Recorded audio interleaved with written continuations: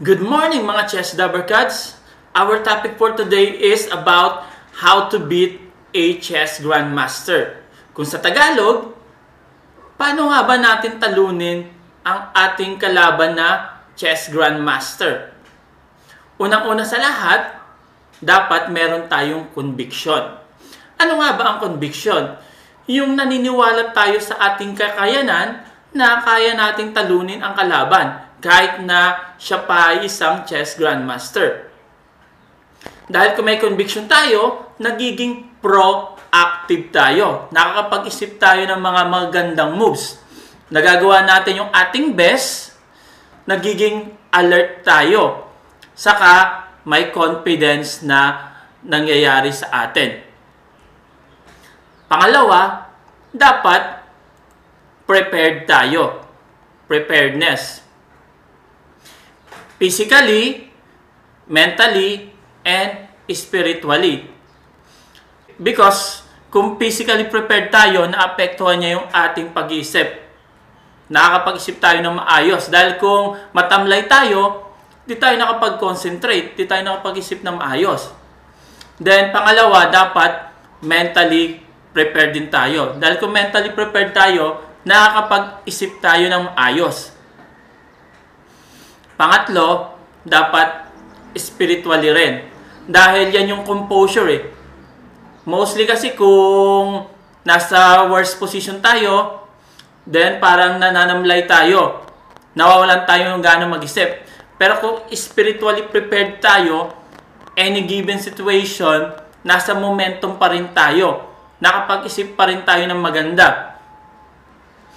Pangatlo, tingnan natin yung technical aspect. Yung sa board.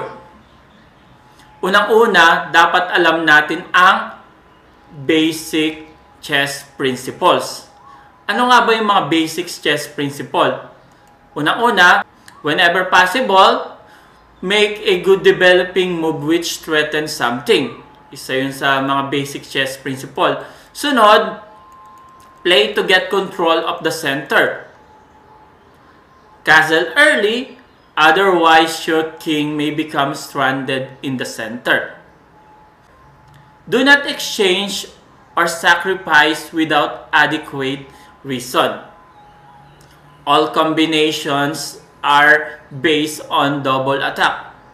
Kaya double attack, yun talaga yung mother of sacrifice, sabi nga ng mga chess professionals. Always look for a tempo gaining move that will put your opponent king or other pieces in a sugsuwang position. Those are basic, pero meron pang mga iba. Pangalawa, dapat alam natin kung paano mag-evaluate ng position. Dahil syempre, kung alam natin pag-evaluate ng position, nakakapag-decide tayo which is better. Unang-una, material. Kung tayo ba ay lugi sa material, lamang, or patas lang.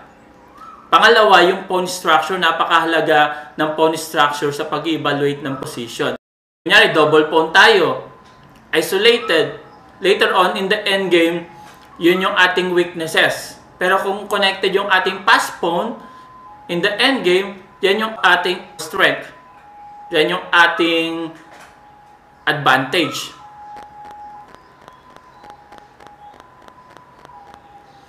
Then, yung mobility ng pieces, kung malaki yung espasyo natin, nakakagalaw yung ating mga pyesa ng maayos. Or, kung nasa cramp tayo, bali, yung mobility ng pieces natin, konti lang.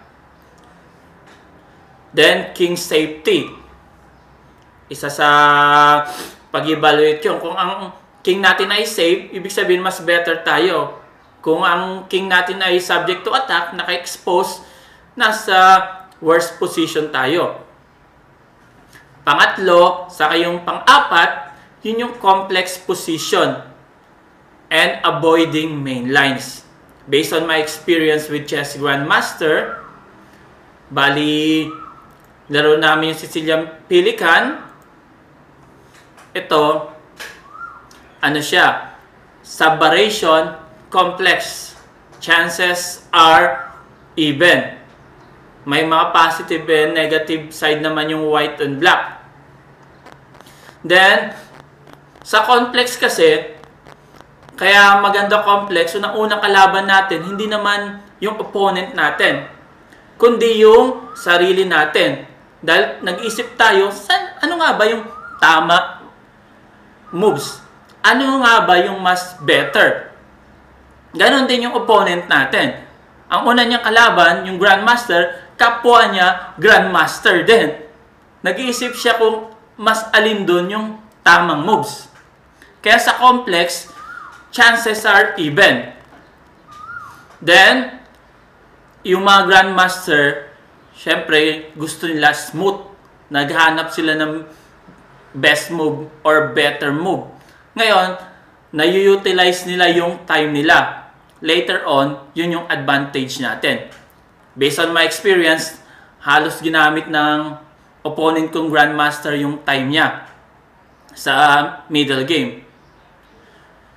Which later on, konti na lang yung time niya sa endgame, na panic attack siya. Tapos yun yung minaximize ko ng endgame. Yun yung isa ko naging advantage.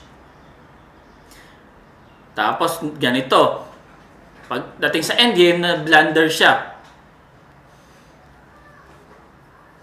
Yung position nagka-slight advantage sa white, then because of panic, time trouble, na blunder ulit siya. Yun yung aking ikipanalo.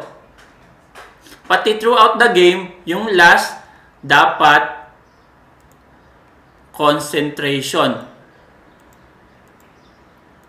Naka-focus tayo throughout the game. Even opening, middle game, and end game.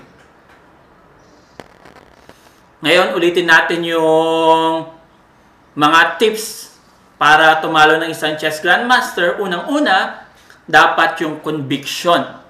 Meron tayong conviction sa sarili natin na kaya natin talunin ang ating kalaban. Pangalawa, yung preparedness. Dapat prepared tayo. Physically, mentally, and spiritually. Then, pangatlo yung technical aspect. Basta't alam natin yung basic chess principle, alam natin kung paano mag-evaluate ng position, then, try natin yung complex position and avoiding main lines. Tulad ng sinabi ko ulit, ang unang kalaban natin na Grandmaster, yung sarili niya, which is Grandmaster din. Then, focus, concentration throughout the game. Dapat nakapokus tayo sa laro. Hindi tayo ma-distract ng kahit ano pa man. Yan lang po lahat. Sana po may natutunan tayo. At salamat sa continuing pagsusuporta sa ating channel. I hope na makatalo kayo ng Chess Grandmaster in the future.